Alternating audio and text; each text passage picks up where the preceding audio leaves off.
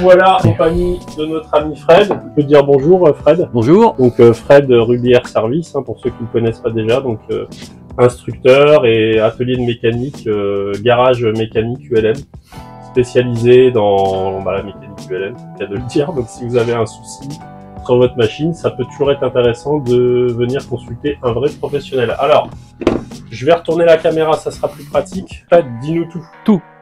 Alors, je crois que tu t'intéresses là à Kit durite d'eau. voilà, kit durite d'eau pour le 912, qui est constitué à la base de cette durite annelée en inox, qui est très légère. Alors le ratio de poids, c'est si une durite standard fait 500 grammes au mètre, là on tombe à 200 grammes au mètre. Ah oui. Ce qui est intéressant aussi avec ça, c'est que la flexibilité de cette durite est très importante. Souvent on est embêté quand on doit faire des montages. Alors bon, on peut mettre une durite entière, c'est vrai que c'est une solution. Après on peut mettre des bouts de tube droite.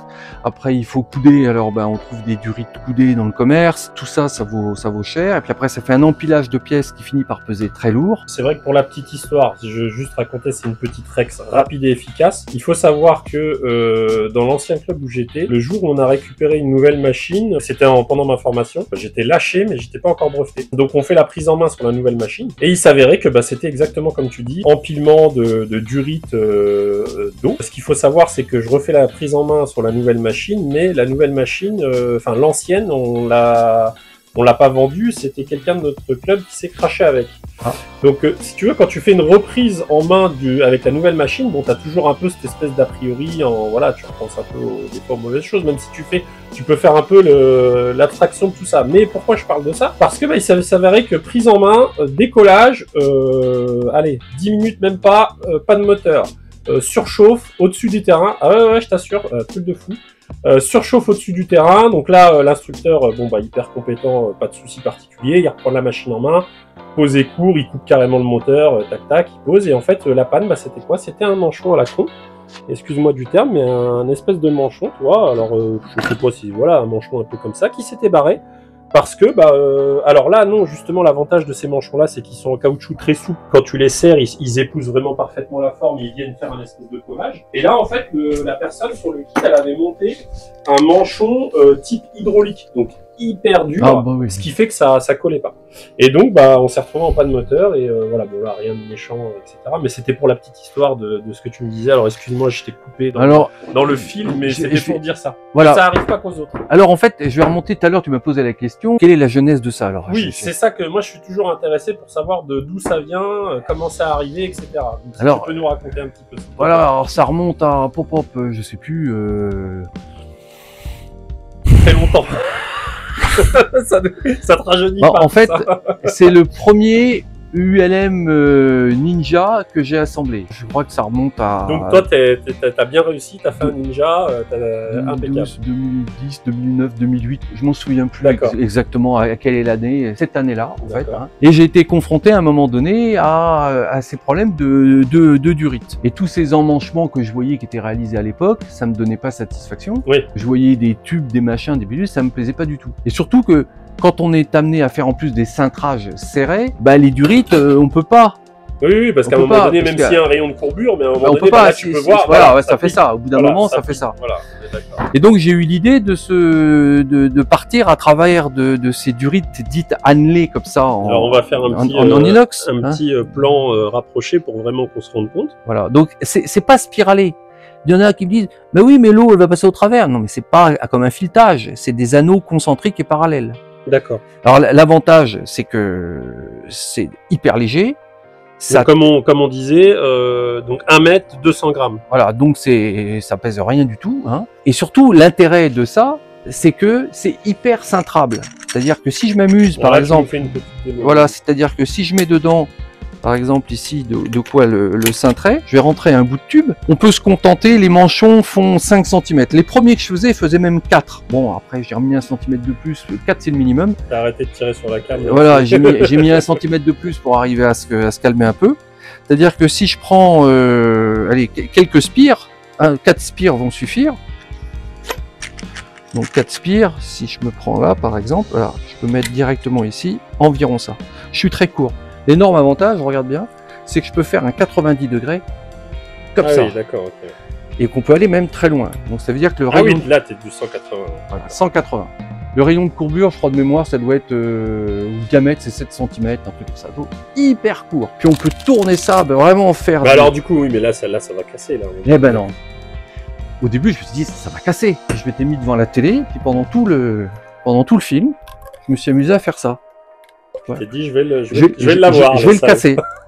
J'ai fait ça, comme ça, pendant 2 heures. Ouais, parce que tu te dirais, c'est comme quand tu prends un bout de ferraille, tu le tords, à un moment ben donné, oui. ça pète. Ça va péter, surtout que l'inox est quand même assez cassant. Ouais. Eh ben, que dalle. Ce qui se passe, c'est qu'au bout d'un moment, les spires se resserrent un peu. Et on pourrait faire ça comme ça pendant des heures et des heures. Ça ne casse pas. Alors, l'intérêt, c'est qu'on peut vraiment le cintrer très court. On peut faire des passages par où on veut. J'aurais pas cru, tu vois, là, comment tu le tords. Ah oui. J'aurais pas cru qu'on puisse faire ça avec. Puis tu peux y aller. Et là, comme à la main, quand tu fais ça sur 4 cm, tu peux pas le petit bout qui est là. À la main, je peux pas arriver à plier ça ici. Non, c'est pas possible. T'emmanges dedans un tube comme ça qui est là, et tu veux passer tout près en sortie d'un radiateur. Je vois par exemple sur le Sting Carbone, ça passe tout près, tout court, c'est pas évident. Et ben t'y vas, tu le cintres et tu fais vraiment des trucs, puis tu peux y aller. Hein. Donc c'est pas la peine d'aller acheter des avec le kit là. Donc c'est quoi ton kit en fait finalement? C'est 2 mètres de durite que tu vas couper à souhait. Il y a 4 manchons. Donc les manchons, c'est les manchons qui sont là. Voilà, bon, il y a bleu, il y a rouge, t'en as toutes les couleurs. Hein. Ben, une fois que tu as emmanché ton manchon, tu le partages, il fait 5 cm, ben, tu mets 2 cm, 2 cm et demi. Tu serres bien ici avec un bon collier bien solide, tu vois, avec arrondi dans le bout pour pas découper. Le bord ici du collier est relevé pour pas découper. C'est renforcé, tu vois. Et puis là, tu peux y aller. Au pire des cas, je sais ce qui se faisait, c'est peut-être mettre un petit, entouré avec un peu de Chatterton. C'est pas la peine. C'est pas utile. C'est pas la peine. Tu peux y aller, il y a suffisamment de matière. Et tu vas, et tu serres, et tu serres, et tu serres, et tu serres, et tu serres. Tout à l'heure, on disait, mais on aurait peut-être pu mettre un autre collier plus joli. Ben, le problème, c'est qu'avec, lors des révisions des senteurs, ben, on est bien content, hein, lorsqu'on fait un montage. On est bien content de pouvoir aller ce qui t'aurait évité que ta machine Toyota, si la maintenance et la révision avaient été faites correctement. Ah ça c'est le grand débat, oui. Tu sais, on te vend on nous avait vendu la machine à l'époque. C'est un pilote de chasse, blabla. Mais oui, mais c'est quoi le rapport en fait? Un pilote de chasse, c'est pas un mécanicien. Ah non. Donc tu prends ton manuel Rotax quand il y a une révision à faire des senteurs, il y a 36 points de contrôle, dont entre autres vérifier les durées d'huile, les durées d'eau, resserrer et compagnie. Ça personne le fait, c'est tout le monde.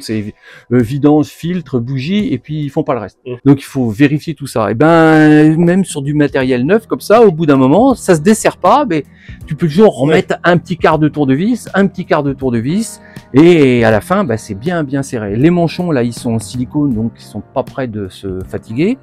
Avec une trame. C'est tressé à l'intérieur.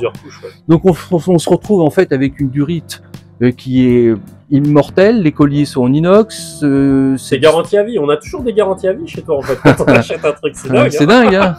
C'est incroyable. Par contre, il y a une chose qu'il faut pas oublier, et je donne comme conseil aux gens qui les montent, c'est que quand on prend ça comme ça entre les mains, c'est super léger, on se dit c'est bon, je mets ça dans l'avion d'un bout à l'autre. Mais faut pas oublier que quand il y aura l'eau dedans, ça pèse lourd. Le poids de l'eau, il faut le rajouter. Ça fait super lourd. Donc l'idée, c'est quand même de temps en temps de le tenir, l'accrocher par en part. Par contre, ne jamais le laisser frotter sur quoi que ce soit. Comme c'est de l'inox qui est fin, il va très vite, au bout d'un moment, frotter, faire un point d'usure et va se percer au bout d'un moment.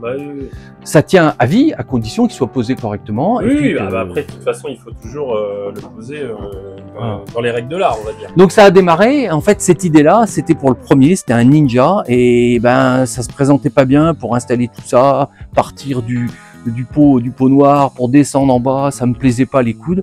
J'ai inventé ce truc-là. D'accord, ok. Ce concept. Et puis, ça a fini par se connaître, ça a fini par être copié. J'avais proposé à un grand fabricant du LM. Ah oui. T'as eu la bonne idée de dire. Ça pourrait vous intéresser, parce que le gain de poids, c'est presque 1 kilo quand même par machine. Et puis, la course au poids était Oui, c'était quelque chose qui tarabusquait tout le monde. Et gagner 1 kilo rien que là-dessus. Oui, en fait, parce qu'on peut se dire 1 kilo c'est pas grand chose, mais 1 kilo juste sur les durites. Mais 1 kilo sur une durite, plus 1 kilo là, plus 1 kilo là, finalement ça fait beaucoup. Ça fait beaucoup. Et puis, bon non, ils m'ont même pas demandé le prix, ils l'ont copié. Et puis, ah d'accord, ouais, bon bah ça c'est les joies de... Voilà, donc les joies du commerce. Ouais, du commerce ou des gens qui voilà, qui font pas ce qu'il faut. Voilà, c'est pas grave. Bon, c'est la vie. Depuis, j'ai inventé d'autres trucs, bien sûr, je n'aurais jamais pu parler. C'est pas grave, hein, ça me dérange pas. Certains, écoutez, oui, mais ça ne correspond pas au diamètre de passage intérieur qui est un peu plus étroit qu'une durite que préconise Rotax. D'accord. Ouais, mais enfin bon, le débit est pas gigantesque. Oui. En plus, ça contribue au refroidissement, c'est annelé, il y a un effet dissipateur. Alors, c'est pas de l'aluminium, c'est pas hyper conducteur comme l'alu, c'est de l'inox, mais c'est sûrement plus conducteur qu'une durite lambda. Oui, parce que finalement, une durite, ça isole finalement. Alors... Et j'en ai même vu qui faisaient des fois des radiateurs, rien qu'avec ça, ils enroulent un gros paquet. Ah oui, d'accord, ok. Ouais. Ah oui, ils faisaient un espèce d'échangeur, quoi, en fait. Une sorte d'échangeur avec ça. D'accord, ok. Pourquoi pas. Après, tu peux l'étendre aussi à l'huile, tu peux l'étendre à l'essence, parce que ça fait de la durite légère, très très légère. Mais attention, ne pas la faire toucher sur quoi que ce soit. Oui, bien sûr. Ouais, en gros, vraiment, les choses importantes à retenir, c'est ça, c'est bien la fixer quand même. La tenir à distance de tout contact. Et puis, voilà. Mais bon, finalement, ça vaut pour tout. Pour tout. Parce qu'on dit une durite, tu la laisses frotter quelque part, ça va durer peut-être plus longtemps, mais à un moment donné, ça va pas marcher. Alors l'avantage, c'est qu'on peut passer, on fait le tour, on échappe un échappement, on échappe un bâti. Ouais. Toi, tu la prêtes, tu la mets, tu la coupes. Pour la couper, prenez ou un gros coupe-tube ou une tronçonneuse. Hein, d'accord. Et puis, t'arrives. Faut faire gaffe après, de bien. Attention, parce que c'est coupant. Hein. Et moyennant quoi, ça permet de faire du gain de poids. On arrive à s'adapter à tout. D'accord. Tu passes partout, hein, et pas la forme, c'est toi qui l'as construit, ta forme, et tu l'installes comme tu veux partout. Donc ça, c'est un produit que tu m'as dit, ce que j'ai oublié quand tu as parlé de la date, ça fait depuis combien de temps que toi tu vends ce produit? C'est pas d'hier, ça fait 20 ans peut-être. Oui, 20 ans, d'accord. 5, 15, 25, ça fait une vingtaine d'années. Et si on veut en acheter, comment ça fonctionne? Vous avez le site, pub, Rubière Service, à la boutique, et dans la boutique, vous trouverez le paragraphe durite. D'accord, donc on va dans durite, et puis là vous pouvez acheter ou de la durite au mètre, au décimètre. Je la vends au décimètre. D'accord. Quoi, 10 cm par 10 cm? Non, trop fort, ouais, c'est ça. Non, mais je préfère préciser. Mais c'est pas une histoire de trop fort. Non, mais t'as raison, parce qu'on a eu beaucoup de personnes, en fait. Tu sais, moi, je fais pas le bêta. C'est juste que, on sait pas, tu sais, des fois. Je sais. Je préfère, voilà. Non, mais et à un moment donné, ça m'a été pas souvent reproché, mais je dis, mais pourquoi faire au décimètre? Pourquoi pas comme tout le monde au mètre ou au centimètre? Pourquoi au millimètre? Alors, je te dirais au mètre, c'est pas cool. T'as besoin que de 50 cm, ça t'oblige à prendre 1 mètre. Oui. Au millimètre, je suis désolé, mais moi je sais pas couper ça au millimètre. Oui. Au centimètre, j'ai pas envie de m'emmerder à couper ça au centimètre. Oui. Donc pour donner satisfaction pour le choix, le décimètre. C'est intéressant. Ouais. Voilà. Ça donnait un peu de rab au cas où on se foire. Voilà, donc tu m'en demandes, je te fais toujours, j'arrondis. Je suis pas en train de m'emmerder. Mais ça va, 10 cm, parce que tu sais, t'as des trucs, des fois c'est vendu 30 cm, 50 cm. Ouais. Au décimètre. Donc vous commandez votre nombre de décimètres que vous voulez. D'accord. Bon, en tout cas, merci pour l'info. C'est cool. Moi, c'est un produit, je te dis encore une fois, au début, parce que quand je voyais ça sur les machines, je me disais, c'est quoi ce truc, ça va. Je pensais vraiment que j'avais vraiment peur que ça agrippe pas correctement. Puis finalement, tu vois une idée reçue encore. Et puis regarde, quand tu vas pour l'emmancher dessus, déjà il rentre pas comme ça. Faut déjà l'emmancher. Oui, bien sûr. Donc déjà, c'est déjà fort. Hein. Et puis, une fois que tu serres là-dedans... Oui, ça rentre dans les bourrelets. En fait, ça fait des bourrelets dans dans la partie annelée, en fait. Et voilà, exactement. Si c'était sur du lisse, si ça se dessert, ça pourrait glisser. Mais même si ça se dessert, là, ça glissera pas. Oui. C'est pris dans les vagues. Hein. D'accord. Et ça fait une succession de petits bourrelets. Et puis voilà, on voit bien la différence de diamètre un petit peu qui augmente. Les colliers sont en inox. Ah oui, donc quand tu vends un kit, on peut t'acheter les colliers. Oui, alors il y a un kit.